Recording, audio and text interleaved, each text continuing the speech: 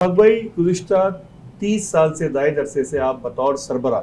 بطور چیئرمین مہاجر قومی موومنٹ عملی سیاست میں، انتخابی سیاست میں حصہ لے رہے ہیں۔ اس بات کی کیا وجہ ہے کہ سن 2002 کے بعد آپ کو اسمبلی میں جانے کی مطلوبہ اکثریت یا کامیابی نہیں مل سکی؟ آپ کی ایوانوں میں نمائندگی اس سیٹوں کے بعد نہیں آ سکی جو کہ 2002 میں قومی اسمبلی کی سیٹ محمد علی خان صاحب اور صوبائی اسمبلی میں یونس خان صاحب تھے، اور اقبال محمد علی خان صاحب غالباً آپ کے اس وقت اس کے رکن تھے قومی اسمبلی کے۔ میرا خیال ہے اس وقت بھی وہ ہمیں انڈر اسٹیمیٹ کر رہے تھے، اور انہوں نے ہماری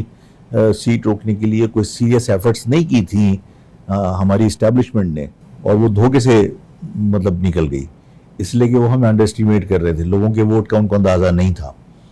اور اس کے بعد پھر ہمیں خمیازہ بھگتنا پڑا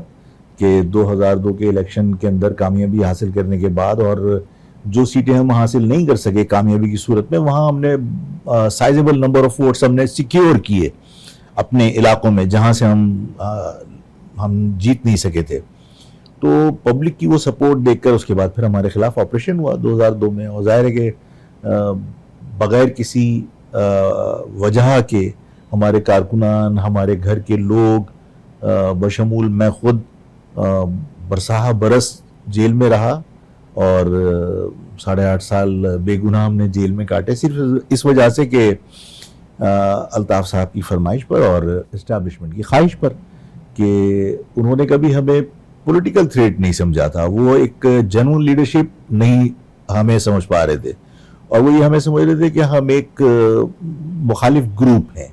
لیکن جب ہم نے پولیٹیکلی میچیورنس کا مظاہرہ کیا، لوگوں نے ہماری بات کو سمجھا اور ہمیں ووٹ دیے، تو پھر انہوں نے ہمیں سیریس لیا، اور اس کے بعد سے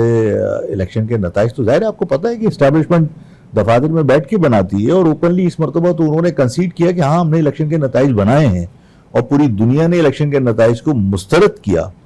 تو جب الیکشن کے نتائج کے بنائے تو ظاہر ہے کہ جو ان کی بلو آئیڈ ہیں وہی ان کے حق میں نتائج نکلیں گے، ہمارے حق میں